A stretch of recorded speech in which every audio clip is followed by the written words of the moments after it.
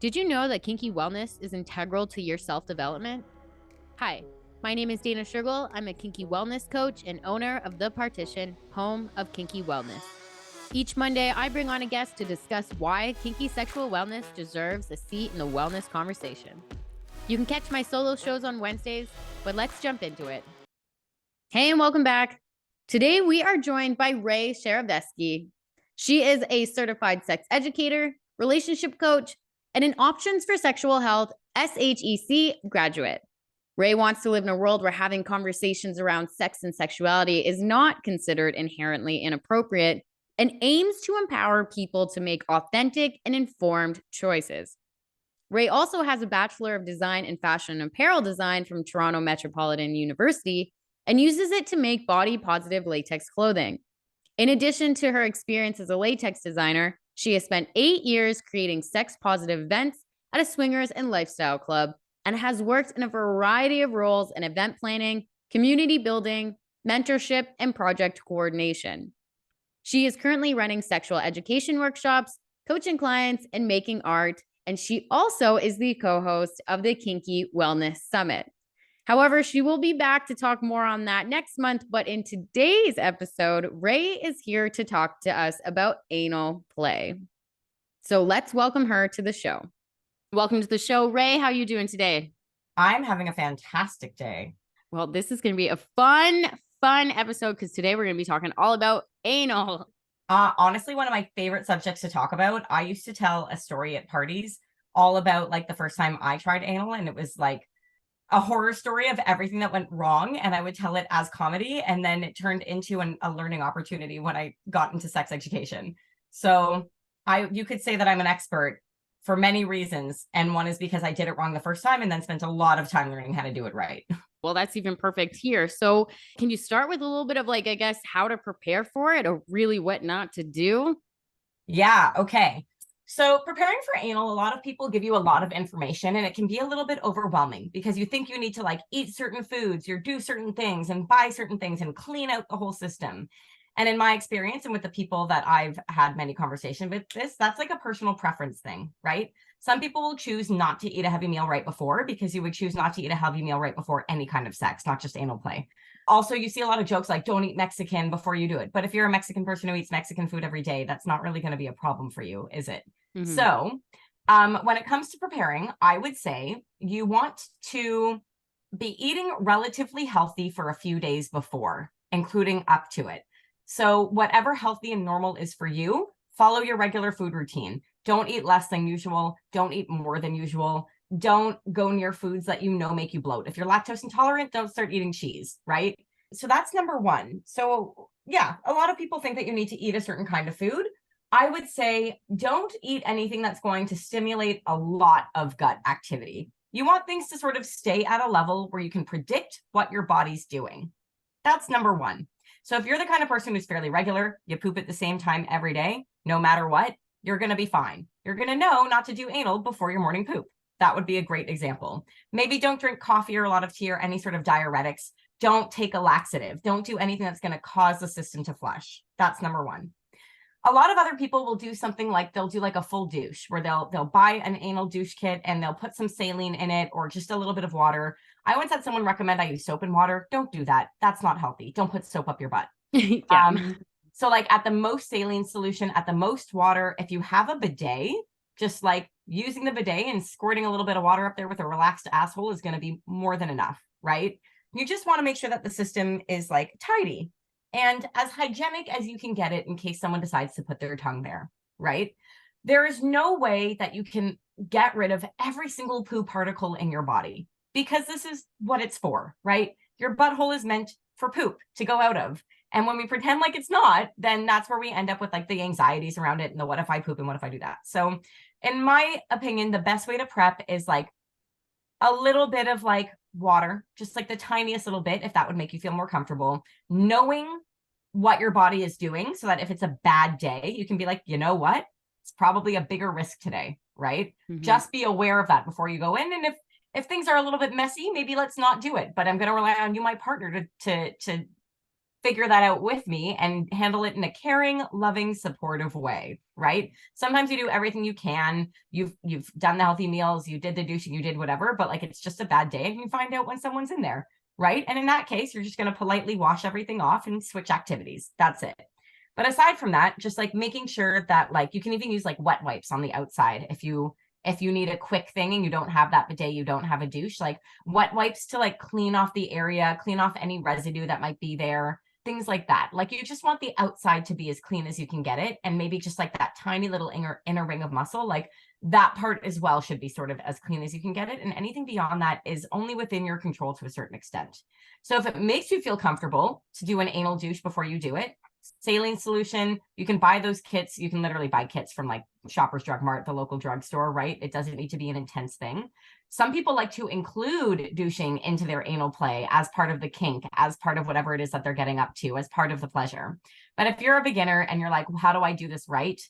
Like I said, knowing what your body does is going to be a lot more important than hosing off your insides. You also don't want to douche too often. Anal douching, when you do it too often, is not good for your body either. So if you're doing anal like all the time and you're anal douching all the time, that's probably not the healthiest. You want to allow whatever the natural flora and fauna that's in there to grow, right? So like a little bit of water, just enough so that you feel comfortable with what's about to happen. You know what? And that's a very valid point to not overdo the douching as well. And a valid point about even knowing your body, like to say not to eat Mexican food, like, or Indian food, for instance. That's another one too. Like if you are if that works with you and you eat it all the time, then don't listen to that type of information. Yeah, it's like a very white person thing to like, that's a white person's approach to anal, like don't eat anything ethnic. And it's like, what about the people whose entire diets consist of Mexican food or Indian food? They're going to be fine. Don't, like you could be someone who eats a lot of sushi and all it takes is one day of food poisoning for you to be like, you know what, maybe we're going to take a break from that for a few days and not do anal, right? So that would be, I mean, obviously if you have food poisoning, you might not want to have sex at all, but just take a day to rest right there. Yeah, I think that sometimes the advice we give is occasionally rooted in am I allowed to say it, the R word, racism? Yes. Right. Sometimes our advice is very much rooted in like that like colonialist perception of what is normal or standard, and any sort of food that falls outside of like meat and potatoes gets considered like not good for you for whatever reason. If you don't eat spicy food very often, do not eat spicy food directly before you're going to do anal, right? Mostly because even if it's not that spicy going in your mouth, it's going to be spicy coming out the other end. And that might not be pleasant for your beginner anal experiences. But if you eat spicy food all the time, there's no reason why you shouldn't be eating spicy food before you do anal. Absolutely. And I also like your point to like, there needs to be a level of maturity because there often is poop or there's smell or there's something going on. And so this idea that it can be 100% clean and it's mistakes or accidents can't happen. You can't go into anal thinking that at all. Yeah, you don't want to shame the body for what it's meant to do. So like if you're going to do anal, understand that there's a chance that you might experience poop. And if that's going to be like an absolute deal breaker for you to have a good time, then maybe don't do anal, right? And it's okay. You don't have to do everything or try anything. There's other options than putting things in the bum. You can also, like there's rim jobs. There's a lot of external toys you can use. You can use a vibrator up against it. You can do like pressure against the butthole without putting anything into the butthole or the anus, as they would say medically. There's lots of ways that you can do anal stimulation without going all the way in. That being said, this is anal 101. So I think that for a lot of people that like external stimulation is the foreplay before you go in. And so even if you are doing anal for the first time, you need to be comfortable touching the outside of the area, putting fingers into the anus. You might need to get used to the idea that you might be putting a tongue there, right? Because all of those are going to be things that help loosen up, relax the area, get the person used to the sensation, and help you feel if this is a good feeling or a bad feeling. Most people, the part that they're actually enjoying is a little bit of pressure up against the anus. So if you're, even if you're not putting a finger in, or you're just starting with like a pinky size finger, it's that little external pressure combined with whatever touching of the other genitals you like being touched, that's going to feel really pleasurable and good. So I know that this is not necessarily in the category of prep, but if you're getting started and it doesn't feel good while they're like going down on you, or like it doesn't feel good when they put like a finger in, are you touching your clitoris? Are you touching your penis? Are you playing with your nipples? Are you tickling your balls? Make sure you're combining it with the other things that feel good Mm, or and see how that changes the way that your body is reacting. absolutely. And the foreplay there is also to like limit even risks such as like tearing. And these are things that you have to like warm up this part of your Oh, body, like absolutely. absolutely everything else. Yeah, if you're not warming up the area, like this is a muscle and it can tear very easily. And this is an area that like you can get anal fissures from a harsh poop, right? So like we really want to make sure that we're doing this really, really carefully and slowly. So a lot of people think that the first time they try anal, they're going to be able to get a toy or a dick in all the way, whatever the object is that they're inserting. Mhm. You know, they think they're going to go all the way and they're going to be able to just plow their partner's ass and that's going to be the end of it. And wow, what a good time. And for a lot of people, anal is something you actually work up to. So the first time you're doing it, it might just be a tiny butt plug or just a little bit of fingers. I find that like fingers are a bit knobbly and a lot of people would prefer a toy to a finger. I say this having also pegged Mhm. before. So this is not just like my personal opinion. This is like coming from lots of conversations with lots of people, and fingers just aren't smooth. Okay. So preparing a few toys, if we're going to talk about prep, having a variety of sizes of butt plugs that you can switch between, having your toy with a flared base, whatever it Mhm. is, making sure you have latex gloves or non-latex gloves if you have a latex allergy, finger condoms, all of that. I think gloves are really great for helping to have play that doesn't need to get interrupted, because once again, there are going to be particles that end up under your fingernails. So you can be putting lube on a glove. The glove's going to be a lot smoother. It helps smooth out those ridges in your fingers. And it means you're not getting things underneath your fingers and you're not covered in lube, so you can use your hands. So you could put on a glove, use that for part of the prep and the warm up, really go to town. And then when you're ready to swap that out for a different toy or a different body part, you just take off the glove and throw it out. The end. Absolutely. Easy. Fingers are clean. If something goes wrong and you're like, oh man, there's a lot of poop here, it's like dog poop bag. You just reverse it, throw it in the trash, and you're clean and good to go. You can go switch to something else. And also like a tip too with the gloves that I've noticed, because I actually have like I'm trying to grow out my fingernails and all that jazz. It's like when you do, I've seen like you can put cotton balls or something kind of there with the glove on top of it, just to kind of make sure that the sharp Absolutely. edges are there. Yeah, I actually have a friend who does that when she fingers women too. So if you're one of those, if you're part of the nail Mm. gang, then if you, or you just have long, sharp fingernails, putting a little bit of cotton on the very tip is going to protect your nails from puncturing the glove. It's also going to be less sharp, less painful. So if you are someone with long nails and you do like to finger people or you want to put things in a bum, gloves and cotton balls are an excellent solution to making everyone happy. And it's just a fun kink thing, like throw on like the whole doctor prep thing, just like go into that mindset of like, come here, it's your checkup time. Yeah, very fun. Let me find that prostate for you, baby. Yeah. Well, that's the other Time thing for your too, exam. is that this is something that like I had a conversation about anal when it came to men, and some men kind of shy away from it because they don't want to have that label that they might be gay. And that's a really thing that some men struggle with around this, but they don't realize that there's pleasure that's involved in that area. I think it's so interesting how people are afraid of things that give them pleasure if it's associated with certain body parts. There is nothing gay about enjoying the way that your body is being touched. The only thing that makes you gay is if you're sexually attracted to men in this Mm-hmm. scenario. And if it's a man doing it and you're attracted to him. I've actually met men who are curious about the sensation, who will be like, I want to seek out play with another man because I want to know how it feels. Not because they're attracted to men, but because they want to know how it feels. And I would argue that in those cases, the act that they're doing might be gay, but that doesn't make them gay. They're still doing this in the pursuit of pleasure for their own bodies. Like literally the only thing that makes you gay is if you're attracted to the same gender.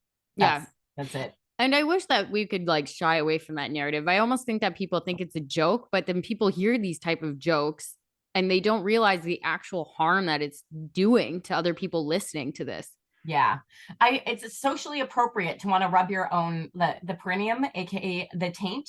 Like it's socially appropriate to rub the taint on a guy, and that's accessing the prostate externally. But as soon as it's about doing that internal prostate stimulation, all of a sudden you're gay. And it's like Mm-hmm. you're just accessing it from a different direction. That's it.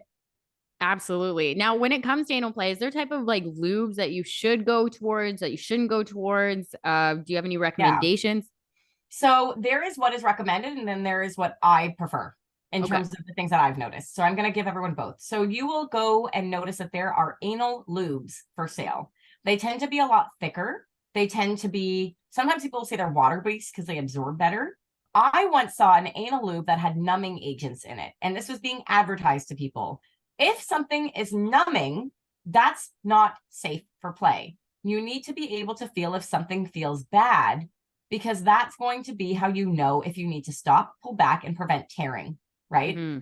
Also, why are you doing this if you don't want to feel it? The whole point of this is to explore sensation and pleasure, and the pleasure that's offering. So if you're numbing the area, you're not going to be feeling sensation or pleasure. So that's something to consider. So that would be something that I would say absolutely avoid, anything that has a numbing agent in it, even if it says anal lube. So that's number one. I personally think that some of those lubes are too thick. And in general, for me, I hate water-based lube. I find that it absorbs too quickly. You have to use way more of it versus something that's pure silicone. So I know that there's those rules that you can't mix silicone lube with silicone toys. That's for cheap silicone. And okay, fine. It can damage your silicone toy a little bit, but not a lot. So I would say that I personally would recommend a silicone lube or an oil-based lube. If you're like a coconut oil person and you're not using latex condoms, that would be a great option, specifically because oil degrades latex. So condoms are going to be degraded by that. The gloves would be degraded by that. If you're using the polyurethane condoms or polyurethane gloves, you can use oil as a lube, not an issue. So anything that's like really slippery, the more slippery, the better it's going to be. You need this to be something that makes it easy to slide, because this isn't a vagina. There's no self-lubrication that's happening. You need to create it all yourself. The slipperier it is, the better it's going to be. So lots of people will have their favorite lube that is the most slick. I like the ones Pure, PJUR, makes great lube. They are expensive. That's number one. Okay. They are an expensive lubrication, but they are slick. They are great. They work for latex. They work for anal. It's like an amazing high quality lube. But if that's not working for you, there's lots of cheap lubes. You just have to experiment from things that you find at the stag shop or that whatever your local store is. See if they have those packet samples that you can use. But the amount of lube you think you're going to need, triple it. You can always use more lube with anal. I think what that is too, it's just like, even if you want to spend a couple extra bucks on these things, this is the type of play that you might want to invest just a little bit more if this is your first time, just because you have to calm your nerves. And so that might actually help calm your nerves if you're like, okay, I spent the extra little bit of money on this, like I'm going to use a lot of it, because you have to be mentally ready for this as well. You can't be tensed up your whole body. Yeah. And so like one of the other things about prepping for anal is don't go straight to anal. Do lots of the other things that you normally do to warm up your body. The massage. I mean, I think that giving a massage and then like moving and like massaging the glutes and then incorporating like the butthole as part of that massage as like a way to start warming it up is a really fun way to warm up the whole body. And then you want to do your other usual foreplay. So if you're going down on your partner, go down on them, start playing with the butthole while you're going down on them, kiss a little in whichever order you want to do. You know what I mean? Keep in mind that like ass to mouth freaks some people out, but if you're going to be putting your dick there, if it's already clean, we'll figure it. It's, their mouth is on it. Your mouth is on it. Who cares at this point? Like, know what you're getting into. Yeah.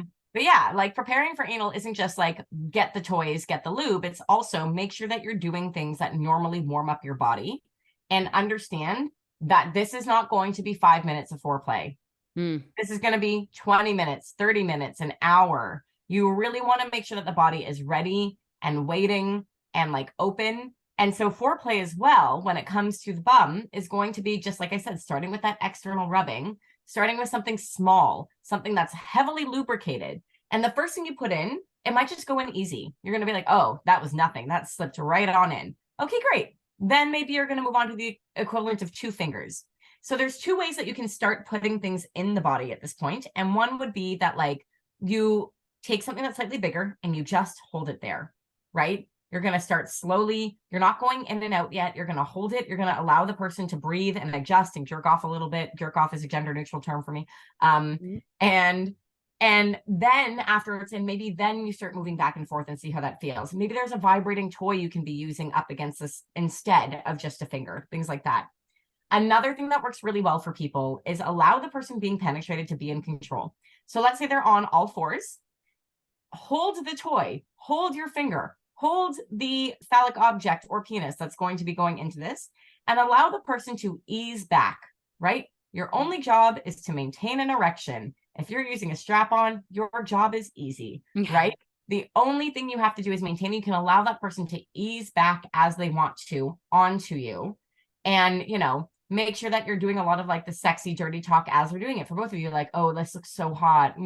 That you're going so slow and it's torture, right? Make sure that you're doing that, you know, but I hope you feel good. Make sure there's no pressure in that kind of thing, right? Like, this is such a good exercise in edging. I can't wait until I'm all the way in, right? Whatever that is. Well, But sorry. I was going to say, being on all fours gives you that opportunity to push back instead of if you're lying there, you really don't have anywhere to go. Same. Yeah. Yeah. So same thing as if you're on top. So gravity is going to be harder to fight if you're on top. Being on all fours is great for that first starting to push in and ease in. Another thing that's worth considering is, once again, you might not get all the way in. You might not get the hole stretched enough to be able to put your dick in it, depending on the size, or a really big toy the first time that you do it. If you do it well and the person's relaxed and nothing tears and nothing hurts and there's no blood the next day, then that would be a sign that in a few days you could do it again. If you rip something, if you tear something, it's going to be at least a month before you can try again. And then you're going to be starting from ground zero. So better to start slow and ease back and not try and go all the way on your first try if you're in a bit of a rush than it is to go fast and hurt yourself, right? You might spend 3 hours the first time you do it, just going back and forth between like stretching out that outer ring of muscle and doing other things, and orgasming and going back to stretching out that outer ring of muscle and doing other things. And if you have ADHD and you don't have the patience for that, like, you're going to have to figure out another way of getting to do this kind of play, because it is going to be slow. It is going to take a few times.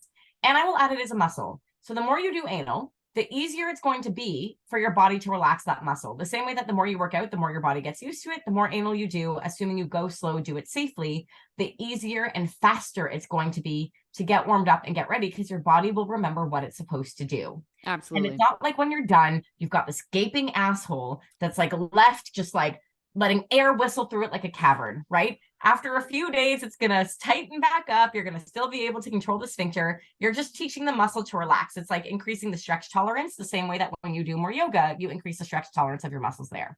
Absolutely. Yeah, you mentioned that when it rips, you need a month or so to come back. I think that's a very valid point that we should just reiterate, that if it rips, you can't rush recovery either. That's something that you can't force your body to go faster just because you feel like it.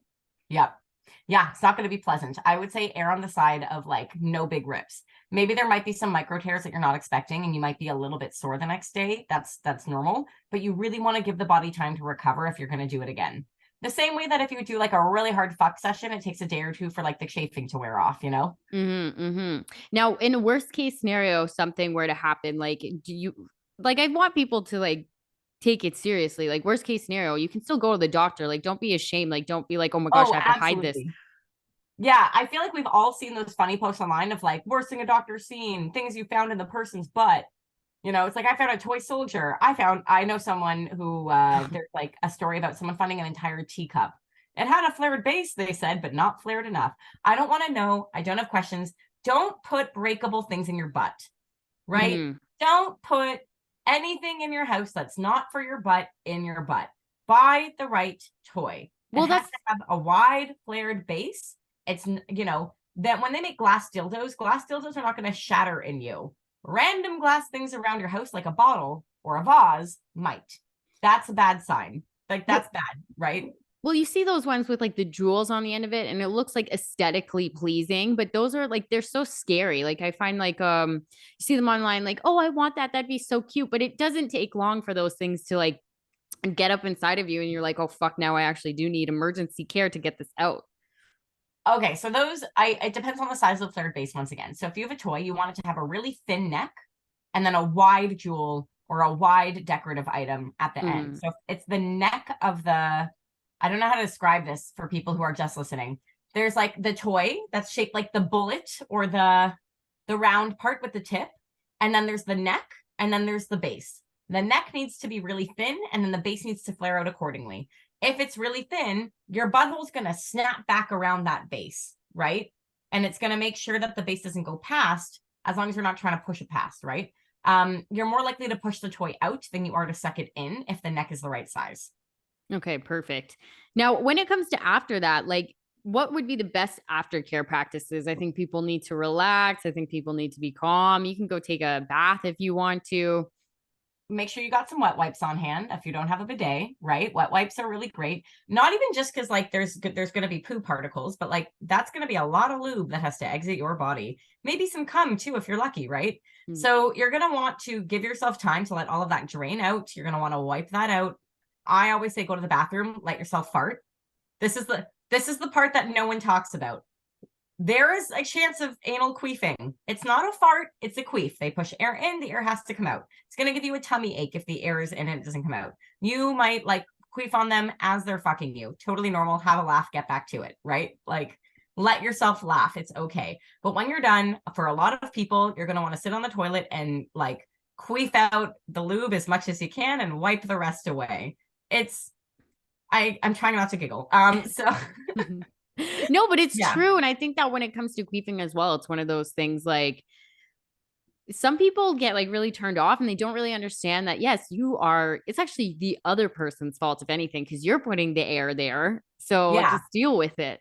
That's it. Like, I'm not sitting there sucking air in my butthole, just sitting here, just like, right? That's not how bodies work. It's because air is being pushed in. The air needs to come out. It's going to have to happen. It's not lungs, right? It's going to come out of your body. It's going to make a fart noise, have a laugh, move on.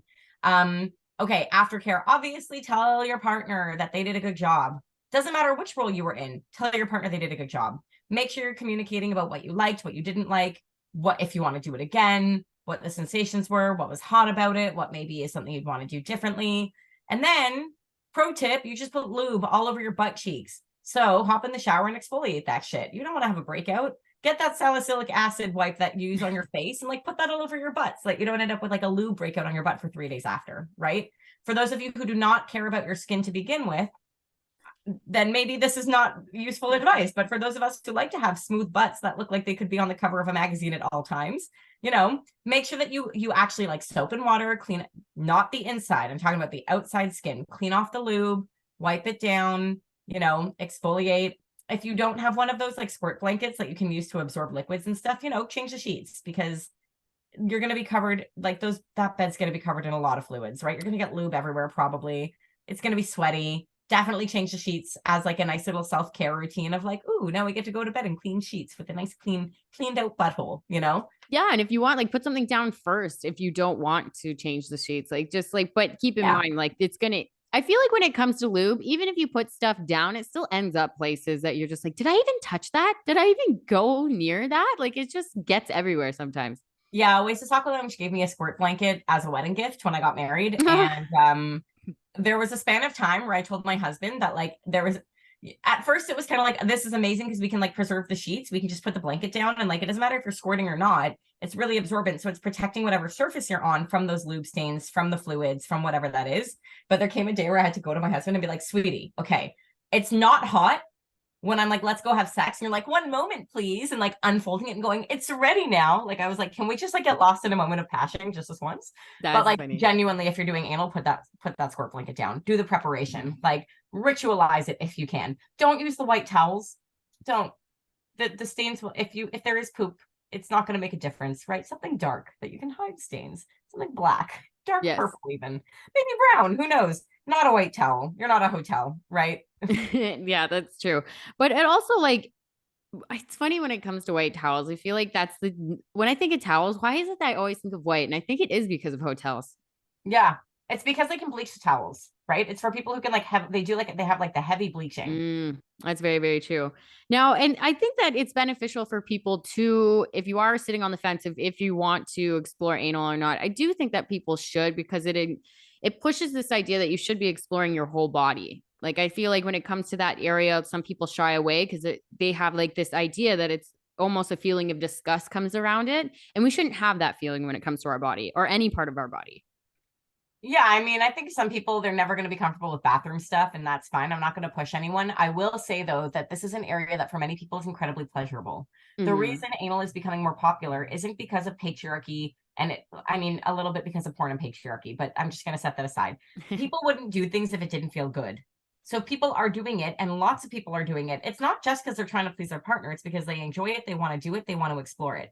And it does feel good. And when you are pleasuring this part of your body, similar to to, I'm trying to think, I mean, this is really hard to compare for people with a penis because I've never had a penis, so I can't compare it. But like the orgasm you have when you're masturbating versus the orgasm you have when you're using a toy and your partner's inside of you and you've like spent 40 minutes warming up together, it's different. They're not necessarily like better. Sometimes you just want to masturbate. Sometimes you want that partnered orgasm, but they're different orgasms and they both feel good in different ways. So doing anal stimulation and anal play is going to give you a different orgasm than you're having, and that can be really cool.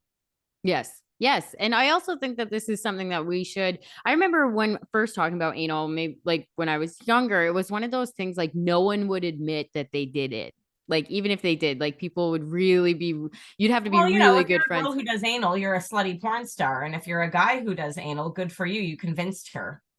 Yes. Yeah. Like there is that mindset there. And so we got to navigate away from that too. But I think times are changing. This is very much, I feel like it's way more acceptable than it was before.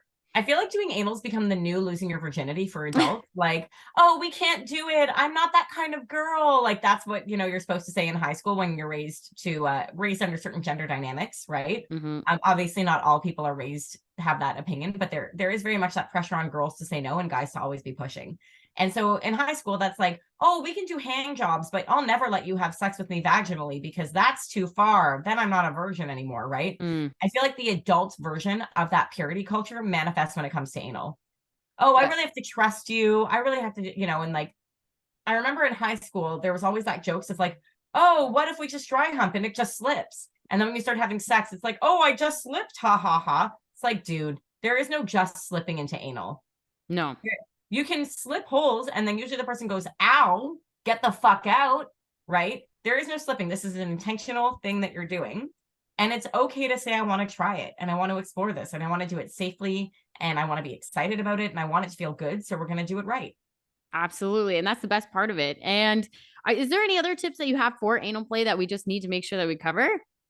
Yeah. The only other thing I would say that maybe we forgot to mention is that even if you're fluid bonded with your partner, once again, throwing on a condom helps with like if you want to make sure to like protect yourself from whatever fluids might be in that person's body. And by that I mean poo. I'm talking about poo again. Yep. So like if you're like a little bit poo afraid, throw on a condom, right? The first few times you do it, just to make sure that you're comfortable with it. Same idea with the glove. You can just pull it off, throw it out if anything's like not what you want it to be. And I think that's the only thing that the only last tip that I have for people, other than go slower than you think you have to go. Go slower and use more lube than you think, and always communicate and just be vocal, but also be in tune with your body. Like try not to shut anything out. Like be honest. Like if something really doesn't feel right or something, even if you're not even sure, is this how it's supposed to feel? Like voice that, voice it, say that. Yeah, if it feels bad, say it feels bad so you can stop or do something different. Yeah, absolutely. Well, this has been a super informative conversation about anal play, and I absolutely loved it. Thank you so much for coming on the show. And where can my listeners find you? I am on Instagram and I have a website. So on Instagram for my relationship coaching tips, that would be at Share with Rae. If you just want to learn about sex ed in general and see pictures of my perfectly smooth butt, you can see that on at Wife Bay Rae. And my website is sharewithrae.com. I also make art. So if you are interested in sort of seeing my erotic art, buying a print, that is on my Etsy shop. And I'll give you the link to throw in the show notes for anyone who's interested. Absolutely. And this has been a great episode and teaser for what's about to come for the Kinky Wellness Summit. And for my listeners, you know what to do. I will see you on Wednesday. As always, stay kinky.